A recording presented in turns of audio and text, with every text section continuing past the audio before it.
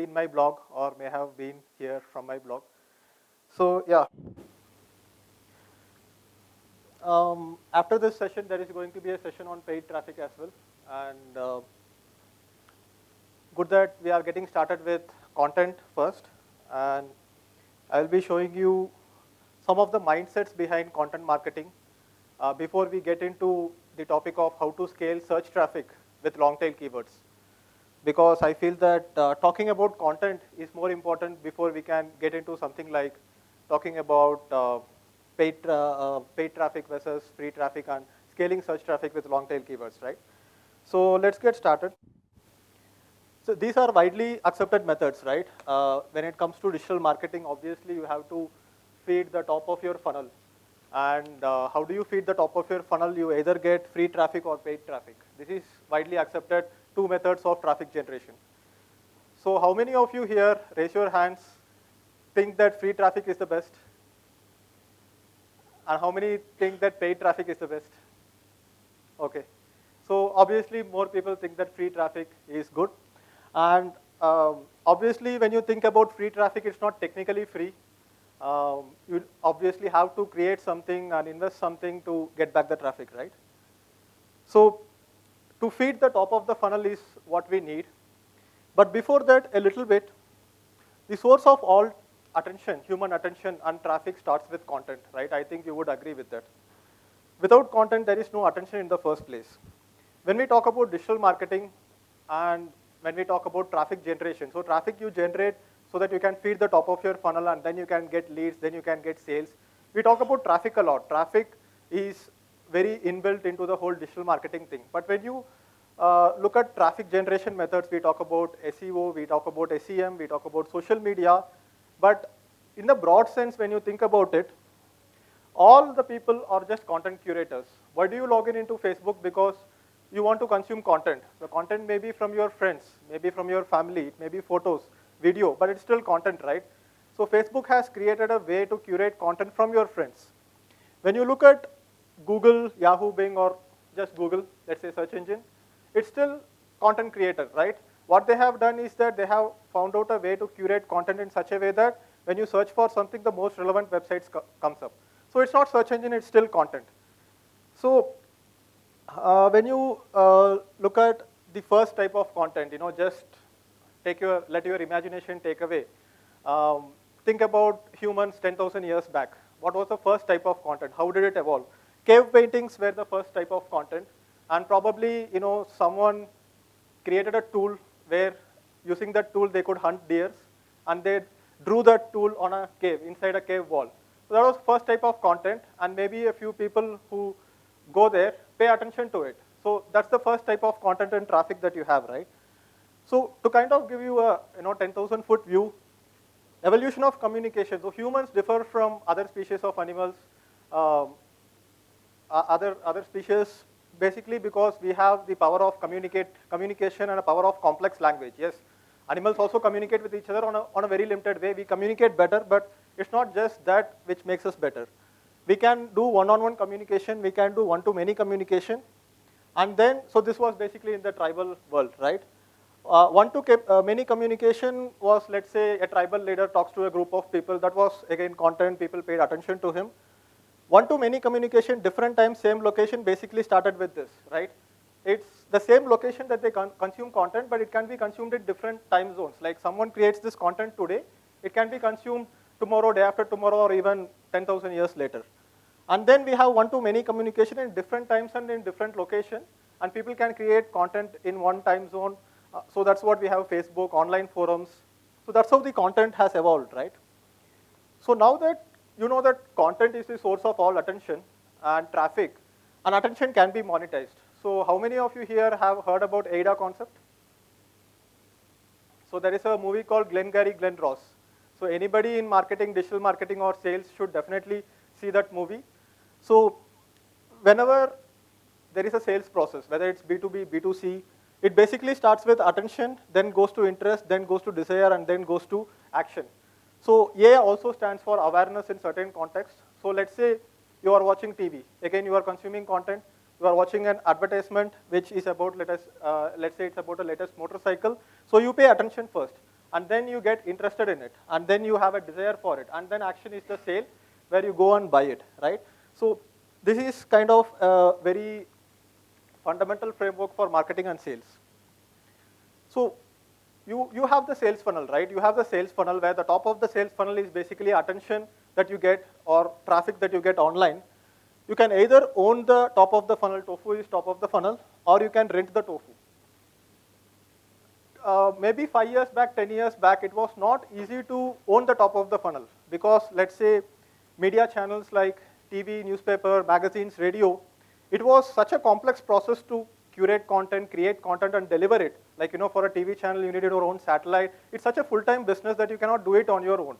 So if you had your own business, you had no opportunity to do content marketing yourself. But people who owned media channels did content marketing even before the age of internet, right? For example, if a company owns a media channel and if they are launching a product themselves, they would advertise their own product in their own media channel, which is just content marketing. But today, with the internet, it is so easy to set up blogs, so easy to publish content on YouTube. You can either own the top of the funnel or rent the top of the funnel. I will get into more clarity with this. So I will give you an analogy, right? Paid media or rented attention, which is basically paid traffic that you pay Google, Facebook for ads, is basically something like you are renting the attention from other people who own the content, right? So it's like renting a home. If you want to rent a very luxurious home, let's say a 3 BHK in heart of Bangalore, and let's say it costs 50,000 a month in rent, it would probably cost you 2 crores or 3 crores to buy it. You don't have that much money right now, so you go ahead for renting. But let's say you have an option to buy a home. Everybody knows that in the long run, buying a home is much better for you and it gives you much better returns, except that you cannot invest upfront. But once you invest upfront, you do not pay the monthly rent, right? So owned media or owned attention is just like you create your own content channels, you create your own blog, video channels and everything, you start attracting the attention. But there is a huge upfront investment involved in going ahead and owning your own content channels. But owning your own content channels is possible today. So paid media is like rented attention. So I think everybody would agree that in the long run, like, okay, for a 25-year-old guy, maybe renting is fine. But for a 50-year-old guy, if he's still living in a rented house, then he's considered as a failure, right? Because everybody knows that in the long run, if you are owning a home, and that would end up much cheaper to live in that home than renting a home, right? So in the long run, owned media gives back higher returns. It's just like that. If you create your own content channels, if you own your content and attract traffic, you will get more traffic and higher returns for a lower cost in the long run. I will show all this with specific examples as we go forward. So owned media for the win, right? I think the case is closed. When it comes to paid channels versus owned channels, free traffic or having owned content which attracts attention and traffic is definitely going to win in the long run. Obviously, I am not saying that you should not invest in paid traffic at all. Investing in paid traffic is fine. So how to convert paid traffic into boosting your content channels is beyond the scope of this presentation. But there is a concept called integrated digital marketing which I developed, which is on my blog, digitaldeepak.com. You can go ahead and search for it. So in integrated digital marketing, what I say is that instead of getting the paid traffic to try to get sales directly, use the paid traffic to build your content channels. So instead of advertising to sell your ebooks or whatever online that you are selling, use that paid traffic to build a subscriber base, to drive traffic back to your blog, to drive subscribers. So that would build your content channel, and from the content channel, you can drive the sales. So that's how I have been doing it for my personal blog, wherever I have been working, wherever I have been consulting. That's what I have been asking. So it's like, instead of using paid traffic to kind of, go ahead and buy customers directly, it will not work out in the long run, because everybody who has done paid advertising knows that the cost per customer acquisition keeps increasing over time, and at some point it becomes very unsustainable because more and more competition keeps coming in. The marketplace gets so crowded, and you are not protected against inflation of the cost of paid traffic. You cannot actually build a business on paid traffic strategy alone. It's like saying that you will live for your entire life in a rented house. You have no control. If next year the house owner says that I'm increasing the house rent by 50%, you either get kicked out or you have to pay that extra 50% inflated cost, right? Just like that. So if you have built a business and let's say you get each visitor at 5 rupees cost per click on Google AdWords or Facebook, and if your business is sustainable, tomorrow competition may increase, or Google may change their policies, Facebook may change their policies. You may have to pay 10 rupees per click, right? So let's not get too much into paid versus content, because that's not the topic of this presentation, but I had to say this to kind of set the foundation right. So now getting into content marketing. Content is owned media, but content marketing is owned media plus traffic. You can't just create content and wait for people to come visit your blog, right? That will never happen. So that's why we call content marketing, not just content. So now we get into what type of content do we create. Now that we have won the case, is everyone convinced that free traffic or owning the content is the best way to go about feeding the top of your funnel? Yes? Okay. Is anyone disagreeing with it? Is anyone saying that you should not build your content channel? No one, right? So now that what type of content to create, right? So there is huge competition in the attention industry.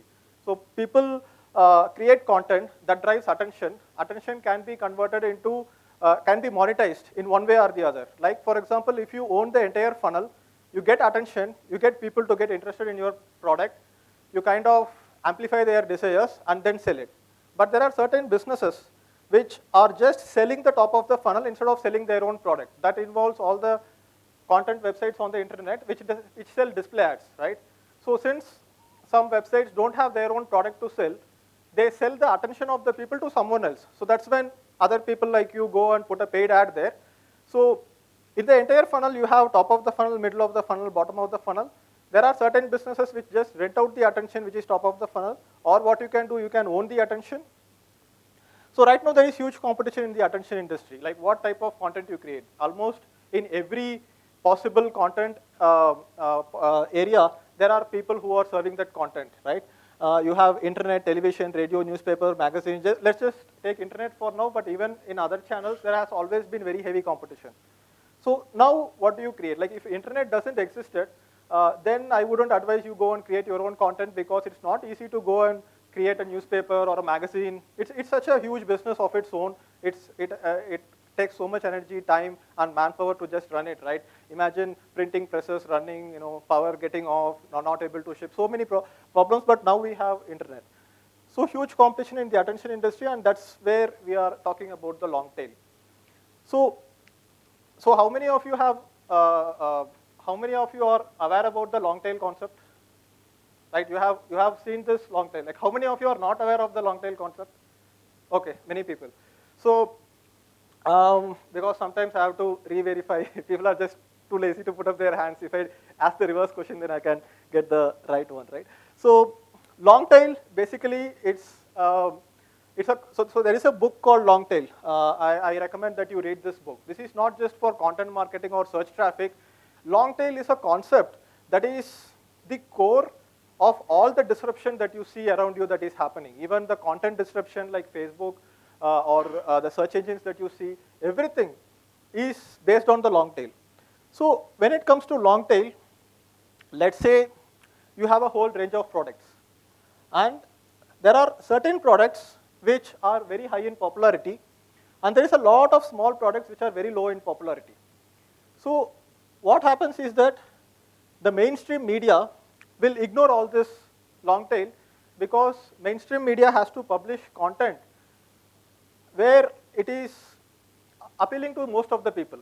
So to explain it clearly, let's say each circle represents interests of the individual. So right now I can put only 3 circles like a normal Venn diagram, but this is not 3 circles, this is 10,000 circles, imagine. So what are the topics that most of the people would be interested in?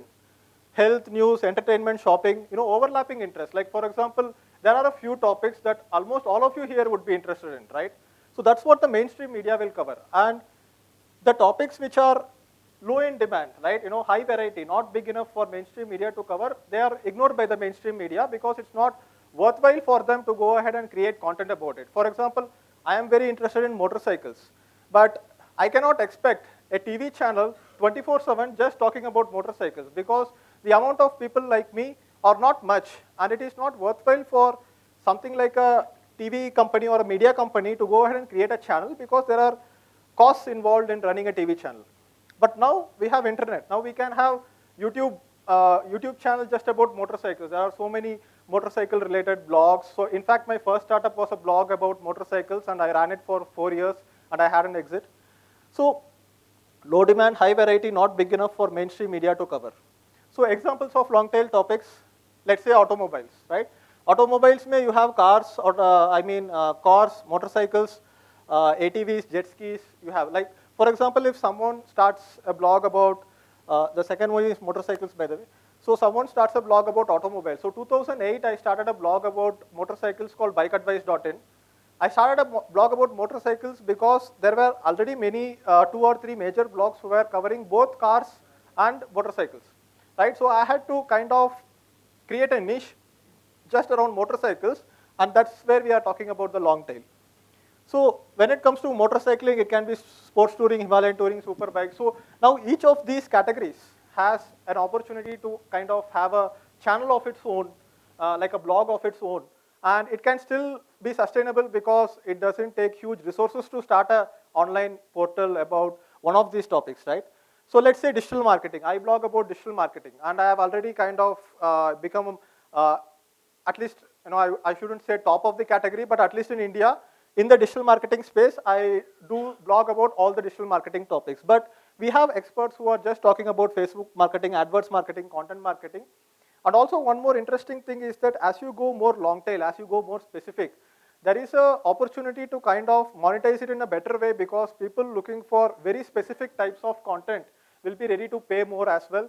And for example, if I have a very generic website like Scoop Whoop, imagine the kind of CPMs I will earn via display ads, right? It will be very less. And mainstream media, which covers lots of overlapping interests, always cannot charge very high on the advertising rates because it's not very targeted.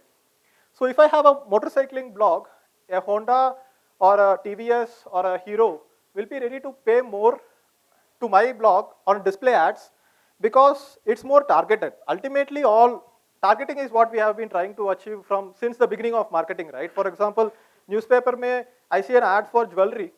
It's basically an impression wasted on me, right? Why would I be interested in that? Probably my wife would be interested in that. So when it comes to display ads, targeting has been always a challenge which Facebook has solved because Facebook knows all details about who you are. For example, I don't know how Facebook collects all this information, but there was a time when I was working with a company in the medical industry. It's not in my profile. I was working with them on the stealth mode. And we were advertising for pediatricians. And Facebook gave me an option where I could target people who had kids within 2 to 5 years age. And I targeted and I called up a friend after a few days, a few friends who had kids in that age, and they told me that they saw the ad. So Facebook doesn't collect this information directly, but if you kind of start thinking about what all the information that Facebook collects, you will freak out, right? We don't want that. But anyway, it's okay because so far there has not been any harm done directly. Facebook doesn't sell the information and everything. So that is targeting with display ads. But as I said, when you go into niche topics, it's easier to monetize. Either you are selling display ads or the attention.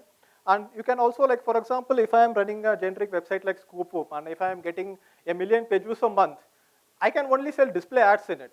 And again, these display ads will be of very generic products which are very broad and overlapping interest, right? But if I have a very niche specific motorcycle blog, I can actually sell motorcycles on it. I mean, motorcycle accessories. Maybe I cannot manufacture motorcycles, but I can sell motorcycle accessories. I can generate leads for motorcycling companies. I would get a much higher conversion ratio. So if you are asking me whether it is worth creating a content channel in a very long tail area, which is very niche specific, I would say yes, because imagine you go and advertise on a newspaper. Compared to the impressions, newspaper is cheap. But you go and advertise on a magazine, obviously it's costly because magazine has more niche specific audience. Again, obviously you cannot go too long tail where the volume doesn't work out. For example, I cannot start a blog about 500 to 600 cc touring motorcycles. There will not be enough audience to kind of monetize that, right? So there is a balance, but as more and more people consume content, you can go long tail. So when it comes to content marketing, blogging, video marketing, you can, like, there are a lot of bloggers who just focus on specific topics. For example, Facebook marketing, there is a website called johnloomer.com, and he just focuses on Facebook. So industry is yet to be disrupted. As I said, long tail is such a wide concept, and it disrupts every part of our life, right? So when it comes to information, the cost of content distribution is now negligible. So we have infinite shelf space online. For example, imagine a bookstore. Imagine the bookstore can only hold 10,000 books, which means that a book which is very niche specific cannot be stored in that bookstore, because you cannot print it, distribute it to so many bookstores. There may not be enough people buying it. But now we have, I think it's on the next slide. Okay, excuse me. So I will get to it later. For example, when you look at Amazon Kindle, right? In Amazon Kindle, you could publish a book and sell it for $20, very niche specific, very targeted, and it could be something like a 400-page book, and it would sell only 10 copies a month. It's still possible because we have infinite shelf space online. So when it comes to content, since the cost of content distribution is now negligible, infinite shelf space is what we have online, right? And that's why the long tail is possible in this day and age. So when it comes to physical products, it's yet difficult to kind of customize it, and long tail is yet to disrupt many industries. For example, imagine a Volkswagen Polo. So every Volkswagen Polo I see on the road is almost similar, right? There is no customization. But imagine if there is a way to upload data online, and if there is an automation engine in such a way that you book a Polo, and then you log in, you customize graphics, you customize paint color, you customize seat color, everything. And let's say the technology exists in such a way that the machine in the production line takes your data and automatically kind of churns out a custom car for you. So these things are possible. So these many industries will be disrupted. For example, for small widgets, you still get things in the shop, which is like a pen or a notebook or whatever you buy in the shop, is again kind of targeted at overlapping interest, not niche interest, right? But when 3D printing comes along, let's say there is a local gold shop where they have a 3D printing machine, and you just completely customize a design online, give it to that shop, and this shop can give you a custom gold ring. It can just print it out. So that again is long tail, right? And then there will be an entire economy where people will be designing different types of gold rings, and you will be paying just for the designer separately, and this is just a commodity. It will just get printed in the local shop, right? And maybe in the future, for small plastic items and things like that, you will have a printer at home where you can print, which is already happening, right? Bolts and things like that, people. So that is long tail. So long tail has just disrupted the content industry because we have infinite shelf space online. But over time, everything will become infinite. Everything will be customized. There will be no such thing as common thing for you and me, and we have no options, right?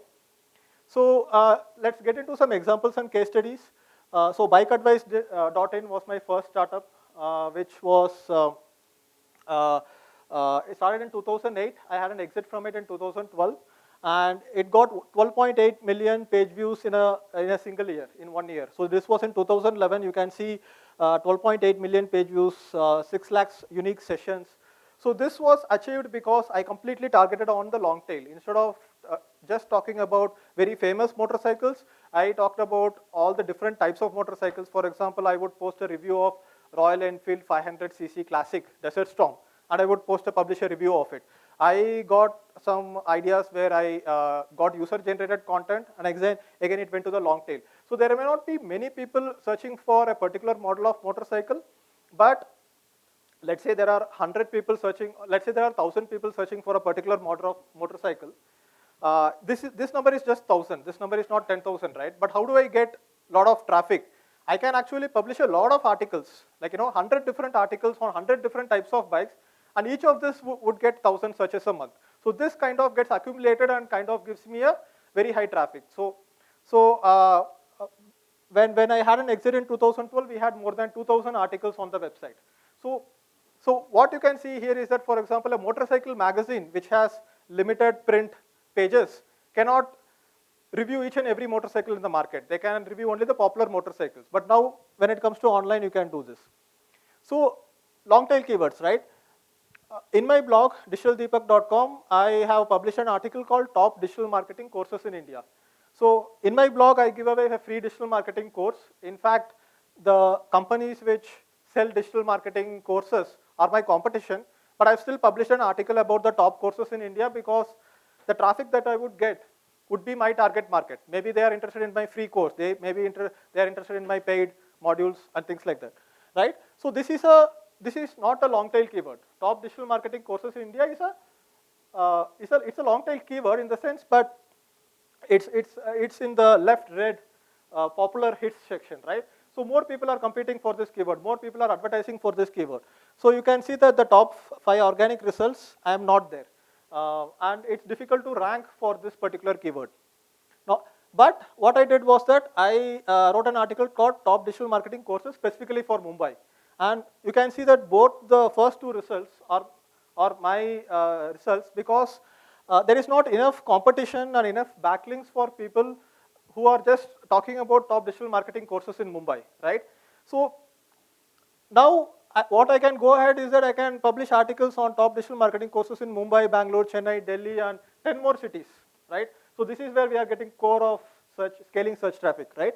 So what will happen is that if I rank number 1 for the keyword, which is top digital marketing courses in India, and let's say I get 10,000 visitors in a month for that, but I'm not able to rank because competition is high. Instead, I can publish 10 different articles like this, and each of this article will get 1,000 visitors a month. So that would make up for 10,000, right? So that's what I'm talking about, infinite shelf space online and scaling search traffic with long tail. So it's more about the concept of long tail than about the techniques itself, because the techniques will keep changing. So this presentation was more about the strategy than the technique. So you can see that this particular Mumbai article, just before coming to this presentation, today morning I picked up the stats. This is for the last 30 days. You can see 1,591 organic visitors just for this particular article. You can see digital marketing courses in Mumbai, organic 1,591. That's on average 53 per day, right? So now that I have gone long tail, so now I hope you are convinced that free traffic versus paid traffic, free traffic is better. You definitely need to own your own content channels. Then how do you go about it? You go about using long tail. What is long tail? So this is long tail. You create content for low demand things, but doesn't cost anything to publish online. So I also use paid traffic to kind of boost my content assets. So instead of selling a digital marketing course directly to the people who click on my paid links, what I do is that I have a landing page called learndigitalmarketing.com. You can check it up. You can maybe note it down. So this particular landing page called learndigitalmarketing.com gets traffic from Facebook ads. But I'm not selling anything there. What I'm doing is that I'm putting people in the top of the funnel, and I am redirecting them to lessons and articles back on my blog, which again goes back to social sharing and again bring back more visitors. So if you visit my blog, so my blog gets traffic from search engines, from my paid channels, from social media, from word of mouth referrals. And if people go to my blog and if they try to exit, they will see this lightbox pop up. So this lightbox pop up says, want to learn digital marketing for free? Go ahead and sign up. So once they sign up, there is a follow-up of 12 lessons which they get once in every 2 days, and this is just pure content, and it just puts the brand on top of their mind. So when I am doing advertisement on Facebook, the cost per subscriber that I am paying is around 20 rupees per subscriber. So this particular article about top digital marketing courses in Mumbai, it cost me 1,000 rupees to write. Like, in fact, I did not write it myself. I just edited parts of it. I got a content writer to write this article, and I published it on my blog. As I said, it gives returns over the long term. For example, if I invest 1,000 rupees on Facebook ads today, I would probably get a lot of visitors today, but tomorrow I will not get if I don't invest another 1,000 rupees.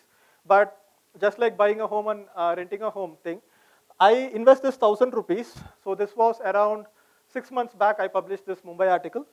I checked my stats, and I have got 650 subscribers from this. So it cost me 20 rupees per subscriber on Facebook to get one confirmed subscriber. So 650 subscriber is 13,000 rupees worth. So I got 13x return on this content strategy, which is a long tail keyword. And with this article, I got 1,300% ROI, right? So in almost any business, if you give it enough time, then obviously you make profits, right? Whether it's real estate, whether investing in domains, you buy now, and so uh, people have this instant gratification, like I want instant growth, instant results, I want it now thing. So that's why people go into debt, get things now. In everything in life, if you are ready to wait for something, then you win by a very huge margin, right? So that's similar thing. Instead of investing 1,000 rupees on paid ads, go ahead and create content um, with a long tail keyword, and over a period of 6 months to 1 year, you will get so much huge returns compared to what you have invested in paid ads. And this is not just this month, right? For the next 6 months, 1 year, probably even after 5 years, I would still keep getting traffic for this content asset. So yeah, so this should have come a little bit before. So internet has made the cost of shelf space completely cheap. Bookstore example already we talked about. Amazon Kindle we already talked about. So a automobile magazine has limited pages, but an automobile blog has unlimited pages. So right now the opportunity is huge with content. Most of the people that I know are not tapping into this long tail. They are not ready to invest in content, and they are not ready to wait for the returns. But if you invest, if you are different, like for example, look at HubSpot. They built such a nice content asset, and almost all their leads come through their own content channels.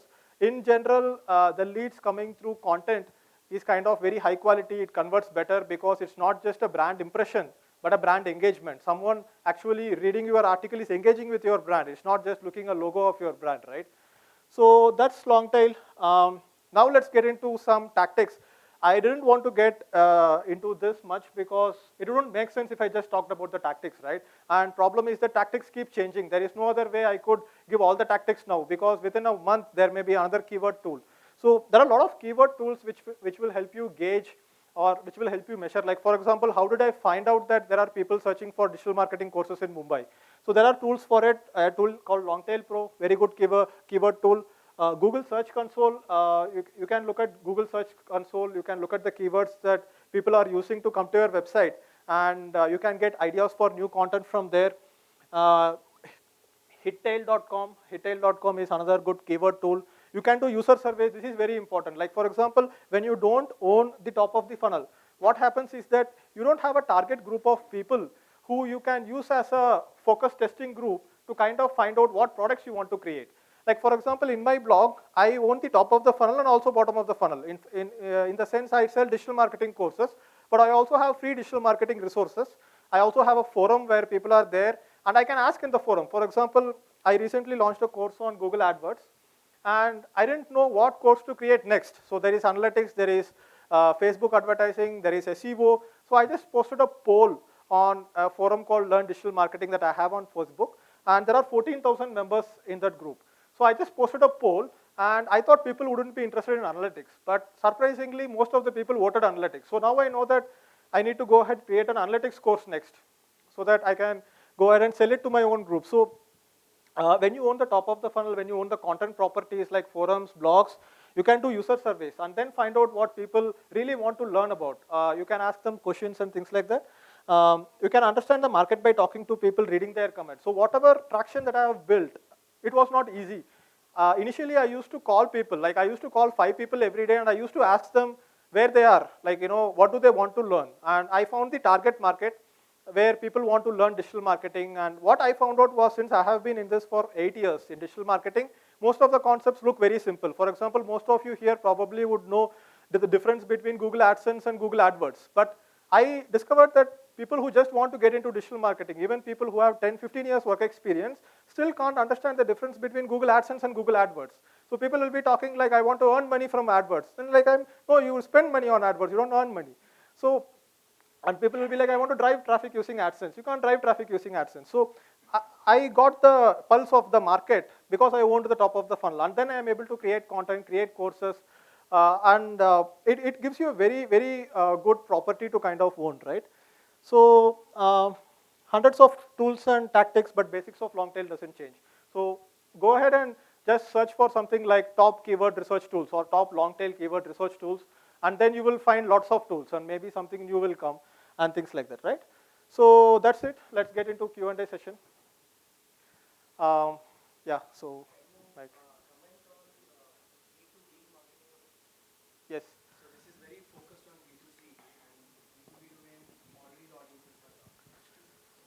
Yes, yes. In fact, I would say that when it comes to B2B marketing, uh, yeah, I heard the question, so it's fine. So his question was, can I comment on B2B marketing, because he felt that this was B2C, even though some of my examples were very B2C focused, like bikeadvice.in, my own blog. I would say that for B2B, content marketing works better than paid traffic. Long tail keywords work better than paid traffic because in B2B, the target audience is so small, and the biggest challenge, like I have worked both in B2B and B2C organizations. Like for example, I worked in Practo, which is an extreme B2C organization, B2C product, and I could just go ahead and advertise anywhere. I could advertise on TV, newspaper, radio, and still it would be relevant because almost anyone is a user of Practo, or for that example, Amazon or Flipkart, they could do hoardings on the road and still they would hit a lot of their target market. B2B biggest challenge, I worked at Xhotel, right now I'm working at Razorpay, both are B2B organizations. B2B may, when you go to paid advertising, display advertising is very, very difficult to make it work because of the targeting issue. Where you could make paid advertising work is only in paid search, which is adverts where the keywords are very specific. People are looking exactly for you and you are looking for them. So you meet in the middle. That's very specific. It's like Yellow Pages, right? When it comes to B2B, if you want to scale up, problem is that you cannot scale up marketing spend just like that, right? Where would you go and advertise? Like I tried advertising on various places, including LinkedIn and Facebook with extremely targeted options.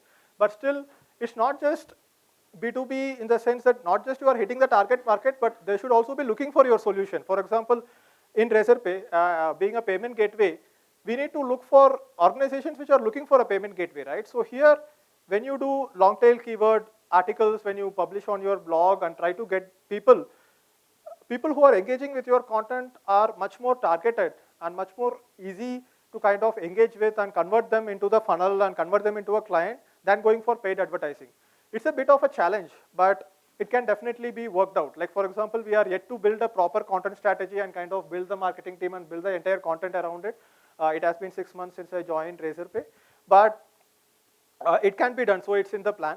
For example, when you look at Xhotel's blog, go to xhotel.in, look at their blog. They have so many articles on their blog, and they get a lot. I cannot reveal the percentages, obviously, but they get a lot of potential clients through inbound traffic to their blog, which is long tail keywords. And Xhotel just doesn't publish about cloud telephony. They also publish in general about business, about startup hiring, anything which goes and appeals the target market. So it takes some time to kind of build an authority around, like for example, HubSpot, Salesforce, all of them have done a very good job with content marketing and long tail keywords, right? And HubSpot is a purely B2B company. So yes, compared to paid traffic, search traffic, long tail keywords is much better for B2B than B2C. Yeah, hi, this is Abhijit from Renshare. Thanks for the very practical talk. So I understand that the content is created for the long keywords, but still, do you have any tips? For example, digital marketing courses in Mumbai automatically won't come on the first page, right? Even though it's a long tail, you have to do I did some not. things additional, right? So, of course, if someone just puts up a WordPress blog and publishes an article about this topic, it will not come up. But I have not done anything related to SEO on my blog. I have been blogging for 4 years. It has maybe 150 backlinks, like backlinks that you can actually count. It has some authority on Google, but it's much more easier to rank for a long tail keyword. The challenge is always there. Business is a challenge, right? You cannot just put up a blog, but you have to, if you kind of build a little bit authority, then you can go ahead and hit the long tail keywords. For example, maybe not very relevant in this particular discussion, but I don't think there is any article related to top digital marketing courses in Andheri East or Andheri West. Of course, the target market will also be very small there. But if someone publishes an article, even if it's a brand new WordPress blog, it will definitely show up on Google because there is no other articles related to it. And Google never kind of gives you 2 results and leaves blank, right? It will always show some results. So it will show you the most relevant results first. And if no one has published that article, it's very towards the extreme end of the long tail, but you have to take a call where you kind of find the balance. Like for example, I showed you I got 650 subscribers in the past 6 months. What if I go even more long tail and I talk about digital marketing courses in Koramangala, Indiranagar? I would still get some traffic. There may be some people searching for it. but I would get, instead of 650 subscribers in 6 months, I would get maybe 20 subscribers in 6 months. And I have to see whether the money that I invested in my content, which is let's say 1,000 rupees, is I'm getting an ROI or not. So if 20 subscribers I get, each subscriber is 20 rupees, then it's 400 rupees is what I got back. So 600 rupees I would have lost in 6 months period. But what if I'm ready to wait 2 years? It still makes sense. So it depends on your appetite, how much you want to go long tail, how much, like for example, if you have 1 crore, if you give me 1 crore for marketing, I would definitely invest it in content marketing. I would go ahead, do long tail keyword research and invest that 1 crore. And what this content would give me in a period of 2 years, it will definitely be 4x or 5x more than what I could achieve in the next 1 month by investing this 1 crore in paid advertising. That is the basic concept. Sorry, my question is slightly related to what you just said. So from what I understand, Where are you? I'm not able to. Sorry. Can you? Okay, sure. Sorry. Yeah, sorry. Yeah, sorry. My name's Amit. Yeah. My question is related to the answer that you just gave. So from what I understand, the long key, the thing is more about the longer term. Right now, as entrepreneurs, we don't have the luxury of time most of the times, right? So if we have to have an optimal mix of a media blast or a long-term strategy, what is there like a recommended mix? It depends on your capability. For example, 10 years down the line, my blog would have, let's say, 10,000 backlinks and has very huge authority. I can still go ahead and attack a short tail keyword if I'm confident that I can rank it on top. But if I'm not confident that I can rank it on top, if it is on the 5th page of Google, I might not as well write that article itself, right? You have to do some estimation. Like, for example, you have to do some experimentation. You have to kind of know where your blog stands. This is specifically to SEO, right, long tail. You have to know where your blog stands. And like, for example, I was pretty confident that I would rank in the top 5 if I wrote an article about this, because I go ahead and looked at how many articles or how many websites are talking about top digital marketing courses in Mumbai. And what is the backlinks of these websites. For example, there are many SEO tools which will give you an authority of a particular domain, right? And you have to see whether your domain is more authoritative than that. If you kind of estimate that your search result will be on the 2nd page or the 3rd page, it will not get any traffic at all. So in that case, don't invest in creating that particular type of content. Go even more long tail. Okay, thanks. Can I? I want a question. So back to the bike advice example which you're talking about, where you said that you had TVS as an advertiser. My question is that, traffic either is sold on CPM, CPA, or CPC. Are there any particular standard methods to determine a pricing when you go out to sell? It's just like real estate. Because, ideally one the would price sell, is just what the highest bidder is ready to pay for.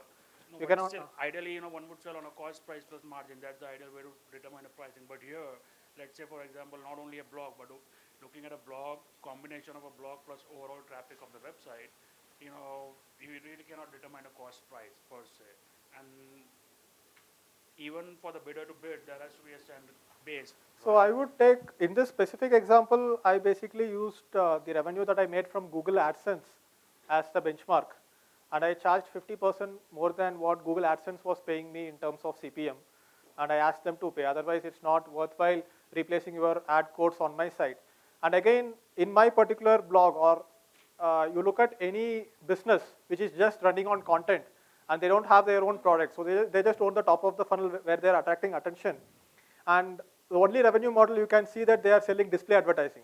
And just going a little bit off topic, that's a very poor business model, in my opinion, just depending on the attention. Because now that the floodgates are open, everybody is creating content. You can't charge for content anymore. You can't sell like an online magazine or charge for it, unless in extreme cases like New York Times or something, or Wall Street Journal. Problem is that I have done a lot of research with TechCrunch, Mashable. The revenue that you make on display advertising, you just hardly make up for your operational expenses. Unless you have the bottom of the funnel as well, where you are selling them products and services. And in the case of bike advice, obviously I cannot manufacture motorcycle and sell it to my audience, right? So I am dependent on them for the revenue, and it's always up and down, and it's not scalable. It's not like, so For me, if I own the entire funnel, I put $1 on top, if I get $1.1 in the bottom, I can confidently go take a loan of 1 crore, put 1 crore on top and get 1 crore 10 lakhs in the bottom, or take 100 crores on top, get 110 crores on the bottom, right? But in terms of content businesses, where the only revenue model is selling display ads, if I create more content, if I invest 1 lakh in creating more content, I cannot take that revenue back immediately, right? Because it completely depends on the market. If there is a new bike launch, people are spending. If there is not a new bike launch, people are not spending. So I would like to kind of control the entire funnel. That's why I had an exit from that particular business model. So now that in Digital Deepak, I have the whole funnel. I have the attention part, but I also have the bottom of the funnel where I am selling products to my own audience. I want to clarify Yes. the point on bike advice. Bike advice is obviously probably one of the spectacular domain names you could have thought of for this, right? Yes. To what extent does the quality of the domain name itself contribute in the success of digital marketing and content marketing? Very good question. Very good question. Does the name contribute, or is it something else also there? In terms of SEO or how the search engines look at a particular domain, there is not much difference. Like for example, I know a blogger called Yaros Tarak. His domain name is entrepreneurs-journey.com, but he gets more than 20,000 unique visitors a day. And he is a multi-millionaire online blogger. He gets enough search traffic. Search engines do not look at a domain and say that, okay, this domain is looking good. But I would definitely say that when it comes to domain names, there are certain things that you can use to make it very catchy and very brandable. For example, if you have a lot of brand searches, if your brand is very popular, then Google does not penalize you that easily, because Google knows that this brand is already popular. Google penalizes only spammy websites, right? So bikeadvice.in, two mistakes I made in the domain name. Obviously, I did not have enough experience then. When you are developing a portal which is going to be very famous, like for example, when you look at Alexa rank of the top 100 websites, or I think top 500, something like that, this top 70% of the websites have domain names which are 2 words and less than 8 characters, and it's a .com. So obviously it becomes, like for example, towards the end of 2011, 2012, if I had owned bikeadvice.com, I would have got another $5,000 extra in the sale, because bikeadvice.com was owned by a Chinese guy. So I would definitely say that go for a .com. No negotiations in that. I know even your story was yourstory.in long back, and then I noticed that they shifted to yourstory.com, right? So it has to be .com, because the brand value of .com is being built by all the businesses which are a .com. For example, if you look at AirAsia, they removed AirAsia branding on their airplanes and they put AirAsia.com. And you are sitting in the waiting lounge, and you are looking at an AirAsia flight. It's such a big .com written right there. So Google.com, Yahoo. Many businesses have started branding their businesses as the .com version. So .com has become like a de facto thing. So I have a domain called bikerboy.com, which is like BB rhyming. It's less than 8 characters and it's a .com. So I have purchased this domain for a future project where I will probably try to own the entire funnel, not just depend, like sell motorcycle accessories, organize motorcycle tours or things like that. So when you have a very good domain name, your brand searches will increase. Like people will just search for your brand on the website. For example, I'm pretty sure that many Your Story visitors don't go to yourstory.com directly. They are like too lazy to type .com even. So they just put Your Story on Google and click on the first link, right? So here Google tracks that. If your brand searches and clicks are like 10% or more, Google kind of gives you some points for that. Obviously, everyone is estimating and guessing. Nobody knows the Google algorithm exactly. But having a good .com name, having a good brand in the domain name is definitely a long-term investment, I would say. Hi, this is Vishnu. So I have a question. Something like when we were checking with some of our competitor blogging the strategies, they were, rather than targeting on only specific to product, they are try to bring up various different segments like in a social, business, and all this into the same blog website. How does it works in general? Can you give me a specific example? So I have a competitor something into the e-commerce like in a cake segments, like in cake business or something like that. So they have a very small portion of that comparing with the oral segments. What they have listed is a cake segment is very small, and other segments are like in a comparing oral, other half is bigger than that. So how does like it's like they might be targeted something like that to bring the more the users to the website by from the various segments. So they are How does it, probably doing a long tail strategy, I guess. okay. But I think what you are talking about is more of a business strategy than a search strategy. I still No, no, no. In so terms we of will, the building in a blog based out on whether centric to product versus like in a other segments which are. yeah, you can. In fact, if you think that you can publish an article which is not about your product or service, but it attracts the same target audience who would be potential customer of your product, you can obviously write about it. Okay. So if you look at Exotel's blog, as I said, Exotel is a cloud telephony company. There are only so many things you can write about cloud telephony online, right? So they write articles which is useful for businesses. Even look at HubSpot. It's not about marketing or inbound marketing alone. HubSpot writes about anything and everything which attracts the target market. Okay. Okay. Thank you. Thank you. I think with this question, we'll, one last question. and we'll wind up. Instagram right now is a very important part of the SMM handle, right? And many of the brands which are posting pictures on Instagram, the pictures are totally unrelevant to the kind of products or the services that they're giving. So how does that help in the overall digital marketing plan of theirs?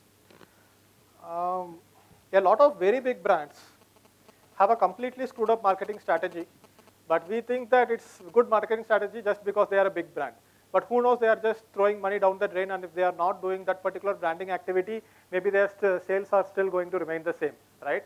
So I have thought about this particular topic a lot. Like obviously, whenever newbie business people who get into business, someone like an MBA graduate who is just fresher out of the industry, so he will be like, I'm going to start a company, and here in this roundabout, I'm going to put a big hoarding and put my logo there. So that's a kind of naive thinking that we have. For example, I don't believe in mobile at all. In the sense, a lot of people are like mobile, but when I have a mobile and when I have a laptop, I would choose to use my laptop. I would choose to use a bigger screen. That's why WhatsApp web everyone is using, right? I have done a lot of testing with, so for example, there is two kinds of marketing, right? One is branding, which is not measurable at all, which is very difficult to measure. Then you have direct response marketing where you have a proper funnel. You can measure the number of clicks. You can measure the number of responses. So direct response so we think about funnel in digital marketing space, but direct response marketing has existed 10 years back, 20 years back, 30 years back. For example, the late night infomercials that you see. So why do you see them every night? So for example, they give a gym equipment, they show a gym equipment, they give a phone number to call, and there are lots of weird stuff that these infomercials sell, from spiritual things to everything. Why do they keep running those ads? So a lot of naive people would think that, I think they are not selling the product, that's why they keep running the ad. But here they can actually measure the response. It's direct response, right? If they run one slot of infomercial, and if the phones are not ringing and if the orders are not coming, they know that their ad has failed. They can iterate immediately or then stop it. But they keep running, even though many of us logical people here wouldn't buy an item from an infomercial. They keep running those ads because they are working, right? So I'm a big believer in direct response marketing, trying to build a brand through brand engagement rather than through brand impressions, which is advertising. So if you go to my blog, go to the top article section, there is a very in-depth article on creating brand impressions versus creating brand engagement. For example, Google is such a big brand, Facebook is such a big brand, but did they become a big brand by advertising on hoardings, newspaper, TV? No. Of course, Google is advertising YouTube on TV now. Obviously, they have the wherewithal to do that right now. But they built this brand by giving away something for free and letting people engage with their brand, right? And eventually, it became such a big brand, and now they can do anything. But I don't think a brand can be built by advertising it, putting hoardings, or just people looking at the brand logo or a brand message. A brand cannot be built. It's very difficult in certain segments. Okay, FMCG is a little bit of an exception, but I personally don't have experience on that, and I wouldn't recommend that. And again, talking about mobile and desktop, I have tried advertising on mobile. The cost of the conversion for me, but at least is like 5 times to 6 times of the cost of conversion that I'm getting on desktop. So for all the Facebook campaigns that I run, I target only desktop. Desktop users are more engaged, they are more quality users, and these are probably users who also have a mobile, but they are on desktop because they have their laptop on. Like for example, unless there is an extreme requirement, I never use my phone. As long as I have my laptop with me, I think many of you here also, if you have your laptop, if you want to read a blog post or send a mail, obviously you would use a laptop, not your phone, right? So yeah, I think Instagram advertising I have tried, I have not got good enough results with it, and I'm yet to see a very good success story with Instagram advertising. No, I was not talking about advertising per se, but does having an Instagram page and putting up pictures that are not related to the business, does it anyway help in your organic SEO is what I wanted to know. No, obviously not, because it's a very mobile platform, nothing to do with SEO. Desktop mein Instagram is not even user friendly, they kind of, it has no relationship to SEO, Okay. I guess. Excellent. I think we would like to thank Mr. Deepak for this lovely interactive presentation. A great applause. Thank you so much. Thanks, Deepak. So Connextra is about consumer experience strategy. We basically transform shop floors into innovative, sustainable workplaces. So that means we work with the manufacturing industry and help them bring technology at the shop floor level and then build it from there onwards. Hasura is a platform for developers to build applications faster, to build quality applications much faster. And we've seen a lot of traction. I mean, we've seen a lot of results over the last few months. Developers have reported 50 to 80% productivity increase inside enterprises.